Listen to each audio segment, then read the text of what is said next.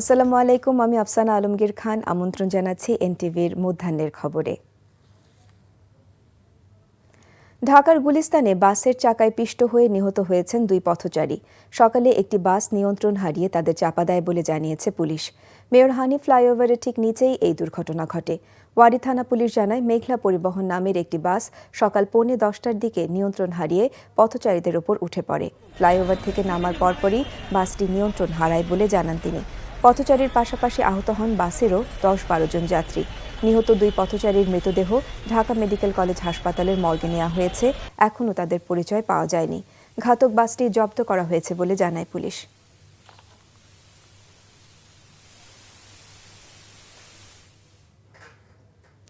রাজধানীর কাপ্তান বাজারে লাগা আগুনে পুড়ে একজন মারা গেছেন। আগুনে পুড়ে গেছে দোকানপাট, পুড়েছে দোকানে থাকা মুদি পণ্য। ফায়ার সার্ভিসের 12টি ইউনিট 1 ঘণ্টারও বেশি সময় চেষ্টার পর আগুন নিয়ন্ত্রণে আনে। ফায়ার সার্ভিসের তথ্য অনুযায়ী ভোর 4টার পর আগুন লাগার খবর পাওয়া যায়। দ্রুত ঘটনাস্থলে আসেন ফায়ার সার্ভিসের কর্মীরা। বাজারে পর্যাপ্ত পানির সরবরাহ না থাকায় আগুন নেভাতে কিছুটা বেগ পেতে হয় তাদের। পরে ফায়ার সার্ভিসের 12টি ইউনিটের সমন্বিত প্রচেষ্টায় আগুন নিয়ন্ত্রণে আসে। এই ঘটনায় চাল, ডাল, তেল, আদা, রসুন সহ মুদিপণ্যের বেশ কিছু দোকান পুড়ে ছাই হয়ে গেছে। পুড়েছে মুরগির দোকানও। অনেকেই দোকানের মালামাল সরাতে পারেনি। সব হারিয়ে নিঃস্ব হয়েছেন কেউ কেউ। আগুন নিয়ন্ত্রণের পর পুড়ে যাওয়া দোকানের সামনে ভিড় করেন দোকান মালিক ও কর্মচারীরা। এ সময় পুড়ে যাওয়া একটি দোকানের ভেতর থেকে এক কর্মচারীর লাশ উদ্ধার করে ফায়ার সার্ভিস। চাচার দোকান 4-5টা, আমাদের দোকান 5টায় শেষ, মুরগি দোকান। 3:30 দিকে আগুন লাগার পর আমরা খবর পাইয়া ছুটে পড়লাম। অনেক চেষ্টা করছি, প্রতিটি গেটে আটকানো থাকে তো রাত্রে, তো যার নিয়ে বাইরের জন্য আমরা চেষ্টা করছি। ঘুমাইছিলাম, অনেকজন লোকগুলো চিল্লাচিল্লি করতেছে, আগুন লাগছে।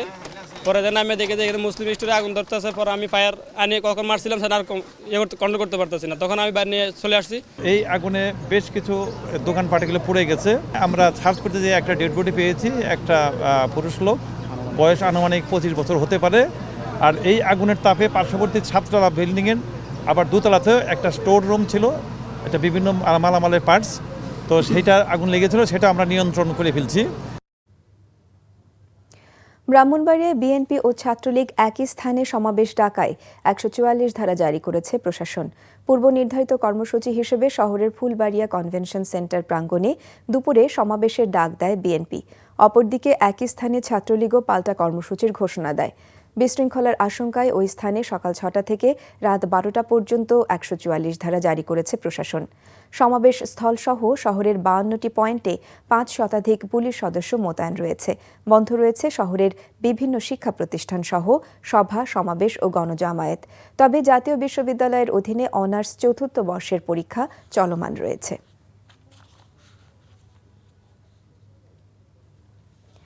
ময়মনসিংহের হালুয়াঘাটে 2 আদিবাসী স্কুল ছাত্রী ধর্ষণ মামলায় 5 জনকে গ্রেপ্তার করেছে গোয়েন্দা পুলিশ। এদের মধ্যে এজাহারভুক্ত আসামি 4 জন এবং অন্যজন সন্দেহভাজন আসামি। গতরাতে গাজীপুর, হালুয়াঘাট ও তারাকান্দায় অভিযান চালিয়ে তাদেরকে গ্রেপ্তার করে জেলা পুলিশের গোয়েন্দা শাখা ও থানা পুলিশ।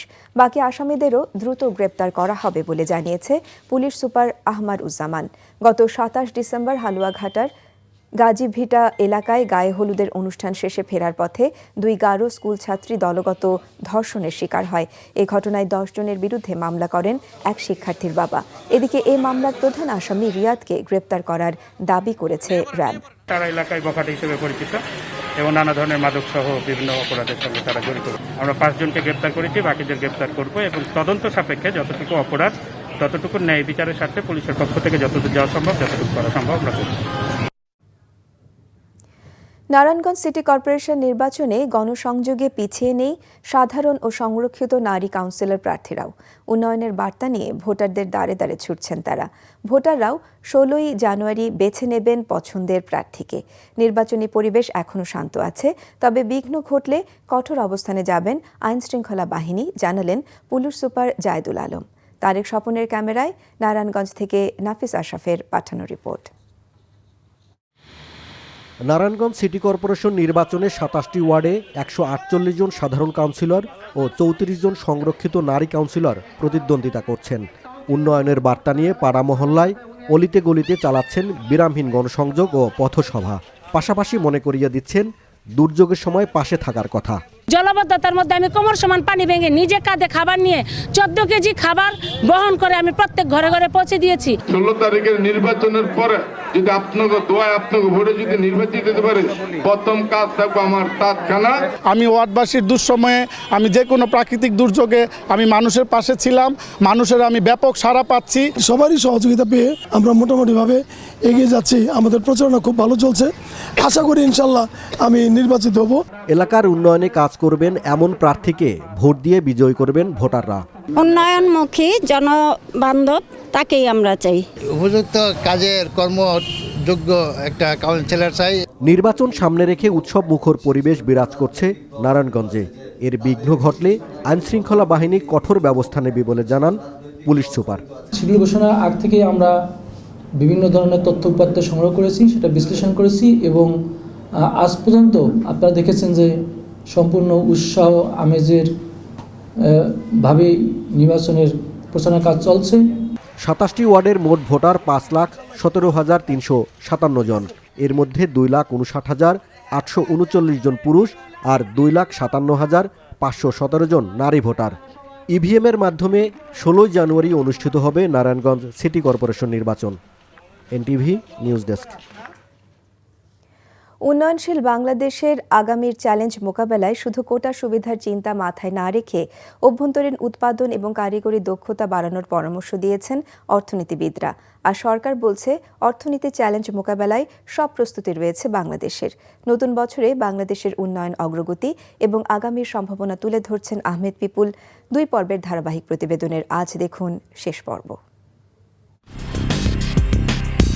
বদলে যাওয়া একটি দেশ বাংলাদেশ। যুক্তরাষ্ট্রের সাবেক পররাষ্ট্রমন্ত্রী হেনরি কিসিঞ্জারের তলাবিহীন ঝুড়ির উপহাস এখন ঈর্ষার পাত্র। কারণ মাছ, মাংস ও সবজি উৎপাদনে শীর্ষস্থানে থাকা বাংলাদেশ ধান উৎপাদনে বিশ্বে তৃতীয় অবস্থানে। উৎপাদনের পাশাপাশি মানব সম্পদ উন্নয়নের ক্ষেত্রেও ঈর্ষণীয় সাফল্যে পৌঁছেছে দেশটি। 2005-06 অর্থবছরে যেখানে মাথাপিছু আয় ছিল $543, তা এখন বেড়ে দাঁড়িয়েছে $2,554। আন্তর্জাতিক একটি সংস্থার হিসেব বলছে চলমান অর্থনৈতিক বিকাশ অব্যাহত থাকলে 2035 সাল নাগাদ 25তম বৃহৎ অর্থনীতির দেশ হবে বাংলাদেশ। বাংলাদেশ যেভাবে এগোচ্ছে এই ধারা অব্যাহত থাকলে অবশ্যই 2041 নাগাদ বাংলাদেশ একটি উন্নত দেশ হবে, সমৃদ্ধ দেশ হবে এবং বহু দলের মতের গণতান্ত্রিক ব্যবস্থা প্রতিষ্ঠিত হবে। পূর্ণ গণতান্ত্রিক ব্যবস্থা বাংলাদেশ চলবে। উন্নয়নশীল দেশ হিসেবে বাংলাদেশের পুরোপুরি উত্তরণ ঘটবে 2026-এ। তবে ইউরোপীয় ইউনিয়ন ও যুক্তরাজ্য 2029 সাল পর্যন্ত তাদের অগ্রাধিকারমূলক বাণিজ্য সুবিধা অব্যাহত রাখলেও অন্যরা সেটা প্রত্যাহার করবে। এতে স্থানীয় রপ্তানিকারক ও ব্যবসায়ীরা বিশ্ববাজারে তীব্র প্রতিযোগিতার সম্মুখীন হবেন। তবে আশার কথা, দেশের ভাবমূর্তি আন্তর্জাতিক ক্রেতাদের কাছে উজ্জ্বল হওয়ায় তৈরি পোশাকসহ রপ্তানি পণ্যে ভালো দাম মিলবে।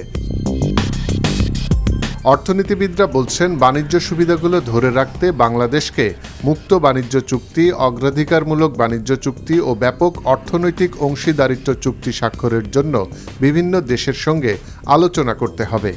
এই মুহূর্তে যে সমস্ত সরকারি এবং বেসরকারি আলোচনা হয় তা অনেক সময় এই শুল্ক সুবিধা হারানোর ব্যাপারে আলোচনা হয়, কিন্তু অর্থনীতির মূল মেরুদণ্ড শক্তিশালী করার জন্য অভ্যন্তরীণ বাজারমুখী ছোট মাঝারি শিল্পের উৎপাদনশীলতা বৃদ্ধি, কারিগরি প্রযুক্তিগত দক্ষতা বৃদ্ধি, এই দিকে মনোযোগটা তুলনামূলকভাবে কম।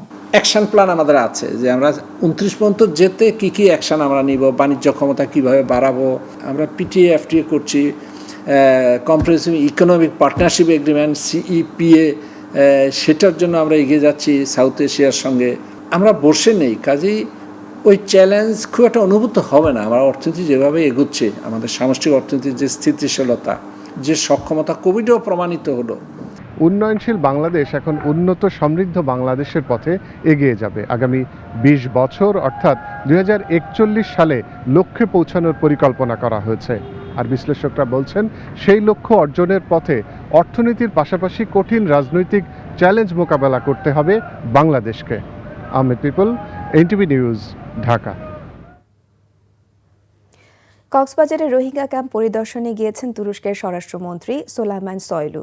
সকাল 8টায় বিমানযোগে তুরস্কের ইস্তাম্বুল থেকে সরাসরি কক্সবাজার আন্তর্জাতিক বিমানবন্দরে পৌঁছান তিনি। কক্সবাজার বিমানবন্দরে তুরস্কের স্বরাষ্ট্রমন্ত্রীকে অভ্যর্থনা জানান দুর্যোগ ব্যবস্থাপনা ও ত্রাণ প্রতিমন্ত্রী ডাক্তার মোহাম্মদ এনামুর রহমান এমপি। এ সময় কক্সবাজারে জেলা প্রশাসক মোহাম্মদ মামুনুর রশিদ, পুলিশ সুপার মোহাম্মদ হাসানুজ্জামান এবং তুরস্ক দূতাবাসের কর্মকর্তারা উপস্থিত ছিলেন। তুরস্কের স্বরাষ্ট্রমন্ত্রী সোলাইমান সয়লুর নেতৃত্বে সফরে আসা 20 সদস্যের প্রতিনিধি দলটি উখিয়ার রোহিঙ্গা ক্যাম্পে তুরস্ক সরকার ও বিভিন্ন সংস্থা পরিচালিত ফিল্ড হাসপাতাল সহ নানা কার্যক্রম পরিদর্শন শেষে দুপুরে ঢাকায় ফেরার কথা রয়েছে। আন্তর্জাতিক ইউরেনিয়াম সমৃদ্ধ চীন রাশিয়ার সীমান্তবর্তী মধ্য এশিয়ার দেশ কাজাখস্তানে বিক্ষোভ সহিংসতা যেন থামছেই না। দেশটির প্রেসিডেন্ট কাসেম তোকায়েভ রাশিয়া, বেলারুশ ও কিরগিজস্তান থেকে সেনা এনে পরিস্থিতি নিয়ন্ত্রণের চেষ্টা করলেও দমছে না বিক্ষোভকারীরা। এমন পরিস্থিতিতে বিক্ষোভকারীদের দেখা মাত্রই গুলির নির্দেশ দিয়েছেন প্রেসিডেন্ট কাসেম। তবে বিদেশি সেনাদের কাজাখস্তানে আসায় যুক্তরাষ্ট্র উদ্বেগ প্রকাশ করেছে। আরও জানাচ্ছেন রানা মঞ্জুর। বিক্ষোভে উত্তাল মধ্য এশিয়ার দেশ কাজাখস্তান। বিক্ষোভ হচ্ছে দেশটির রাজধানী নূর সুলতান, বৃহত্তম ঐতিহাসিক শহর আলমাতাই অঞ্চলের রাজধানী তাল দিকোরগান, বিশকেকের পার্লামেন্ট ভবন ঘিরে। রুশ ও চীন সীমান্ত লাগোয়া দেশটিতে বিক্ষোভের শুরুটা 2 জানুয়ারি, কারণ ছিল গ্যাসের দাম বৃদ্ধি। বিক্ষোভের মুখে 4 জানুয়ারি প্রধানমন্ত্রী আসকার মোমিনকে বরখাস্ত করেন দেশটির রুশপন্থী প্রেসিডেন্ট কাসেম তোকায়েভ। এতে করে 72% মুসলিম ধর্মাবলম্বীর দেশ কাজাখস্তান যেন ফুঁসে ওঠে। আন্দোলনে ঢালা হয় ঘি, বাড়তে থাকে বিক্ষোভ, ছড়াতে থাকে সহিংসতা, গুলি ছুড়ে সবটা স্তব্ধ করতে চায় নিরাপত্তা বাহিনী, কিন্তু তাতে লাভ হয় না কোনো, বরং বিভক্ত হয় সাধারণ মানুষ। স্বরাষ্ট্র মন্ত্রণালয় বলছে বিক্ষোভ সহিংসতায় প্রাণ গেছে 26 বিক্ষোভকারীর, আটক হয়েছে 4000, আহত হয়েছে 7 শতাধিক। সহিংসতায় 18 সেনারও মৃত্যু হয়েছে। পরিস্থিতি নিয়ন্ত্রণে কাজাক প্রেসিডেন্ট কাসেম তোকায়েভের আহ্বানে কালেকটিভ সিকিউরিটি ট্রিটির আওতায় বৃহস্পতিবার ও শুক্রবার রাশিয়া, বেলারুশ, কিরগিজস্তান থেকে কাজাখস্তানে এসেছে অন্তত 2500 সেনা। এরপর কাজাক প্রেসিডেন্ট নির্দেশ দিয়েছেন যে কোনো মূল্যে বিক্ষোভকারীদের দমনের। আইন শৃঙ্খলা বাহিনীকে নির্দেশ দিয়েছি বিক্ষোভকারীদের দেখামাত্রই গুলি করতে। আমি হতবাক হয়েছি, কেননা বিদেশিরা বলেছে বিক্ষোভকারীদের সাথে শান্তিপূর্ণ পথে সমাধানের জন্য, কিন্তু আমি সাফ জানিয়ে দিতে চাই অপরাধী ও হত্যাকারীদের সাথে কোনো আপোষ হবে না, বরং বলবো শিগগিরই তাদের নিশ্চিহ্ন করা হবে। বলা হচ্ছে ইউক্রেন নিয়ে রুশ মার্কিন উত্তেজনায় কোপটা পড়ল কাজাখস্তানে। কাজাখস্তান নিয়ে পশ্চিমারাও পড়েছে চাপে, কেননা কাজাখস্তান বিশ্বের 40% ইউরেনিয়াম আহরণ করে, আর এই অস্থিরতা ঘিরে বিশ্ববাজারে ইউরেনিয়ামের দাম চড়েছে 8 ভাগ। এতে উদ্বেগ প্রকাশ করেছে যুক্তরাষ্ট্র। আমরা স্পষ্ট নই কেন কাজাখস্তানে বাইরের দেশের সহায়তার দরকার পড়ল, তবে তথাকথিত শান্তিরক্ষী ও আইন শৃঙ্খলা বাহিনীকে বলবো আন্তর্জাতিক মানবাধিকার আইনের প্রতি সম্মান রেখে কাজ করতে। রানা মঞ্জুর, এনটিভি, ইন্টারন্যাশনাল ডেস্ক। সেরা অভিনেতা ক্যাটাগরিতে প্রথম কৃষ্ণাঙ্গ অভিনেতা হিসেবে অস্কার জয়ী সিডনি পটিয়ার মারা গেছেন। শুক্রবার সিডনি পটিয়ারের মৃত্যুর খবর নিশ্চিত করেছেন বাহামার পররাষ্ট্রমন্ত্রী ফ্রেড মিচেল। মৃত্যুকালে সিডনির বয়স হয়েছিল 94 বছর। সিএনএন বলছে সিডনি পটিয়ার ছিলেন হলিউডের প্রথম কৃষ্ণাঙ্গ মুভি স্টার। 50-60 দশকের যুক্তরাষ্ট্রে যখন বর্ণবাদ বিরোধী আন্দোলন শুরু হয়েছিল, সমাজের সেই চিত্রকে রূপালী পর্দায় তুলে ধরেছিলেন Sidney Poitier. Lilies of the field মুভিতে অভিনয়ের জন্য 1963 সালে অস্কার জেতেন পটিয়ার। ওই মুভিতে তিনি কাজের লোকের ভূমিকায় অভিনয় করেছিলেন, যে জার্মান ধর্মযাজককে মরুভূমির মধ্যে চার্চ তৈরিতে সাহায্য করেছিল। টেলিভিশনেও দাপটের সাথে অভিনয় করেছেন সিডনি। দক্ষিণ আফ্রিকার প্রথম কৃষ্ণাঙ্গ প্রেসিডেন্ট নেলসন ম্যান্ডেলার চরিত্রে অভিনয় করেছেন সিডনি। মার্কিন প্রেসিডেন্ট বারাক ওবামা 2009 সালে সিডনি পটিয়ারকে সর্বোচ্চ নাগরিক সম্মাননা মেডেল অফ ফ্রিডম দিয়েছিলেন। খেলার খবর। Christchurch test. ঐতিহাসিক টেস্ট জয়ে উজ্জীবিত বাংলাদেশ কাল ভোরে নিউজিল্যান্ডের বিপক্ষে দ্বিতীয় ও শেষ টেস্ট খেলতে নামছে। ক্রাইস্টচার্চের হেগলি ওভালে রোববার ভোর 4টায় শুরু হবে ম্যাচটি। 3 বছর আগে 2019 সালে এই ক্রাইস্টচার্চে মসজিদে সন্ত্রাসী হামলার ঘটনায় অল্পের জন্য রক্ষা পেয়েছিল বাংলাদেশ দল। সেখানেই মুমিনুররা এবার সিরিজ জয়ের লক্ষ্যে মাঠে নামছে। কিউইদের মাটিতে প্রথম জয়ে অন্তত এই সিরিজ আর হারছে না বাংলাদেশ, সেটা নিশ্চিত হয়ে গেছে। সেখানে আরেকটি নতুন ইতিহাস রচনা হতে পারে টেস্ট না জিতে ড্র করলেও। মানসিকভাবে চাঙ্গা দল, তবে সিরিজ ড্র করতে মরিয়া নিউজিল্যান্ড। ইনজুরির কারণে এই টেস্ট মিস করছেন আগের টেস্টের প্রথম ইনিংসে 78 রানের দুর্দান্ত ইনিংস খেলা ওপেনার জয়। তার জায়গায় অভিষেক হতে পারে নাইম শেখের। এছাড়া আর পরিবর্তনের সম্ভাবনা কম বাংলাদেশের। এই ছিল মধ্যাহ্নের খবরে। এই খবরের ভিডিও সহ আপডেট জানতে ভিজিট করুন এনটিভি অনলাইন www.ntvbd.com। এছাড়াও এনটিভির জনপ্রিয় সব অনুষ্ঠান ও খবরের আপডেট জানতে ভিজিট করুন আমাদের ইউটিউব এবং ভেরিফাইড ফেসবুক পেজ। দুটায় দুপুরের খবর দেখার আমন্ত্রণ রইল। ধন্যবাদ সবাইকে।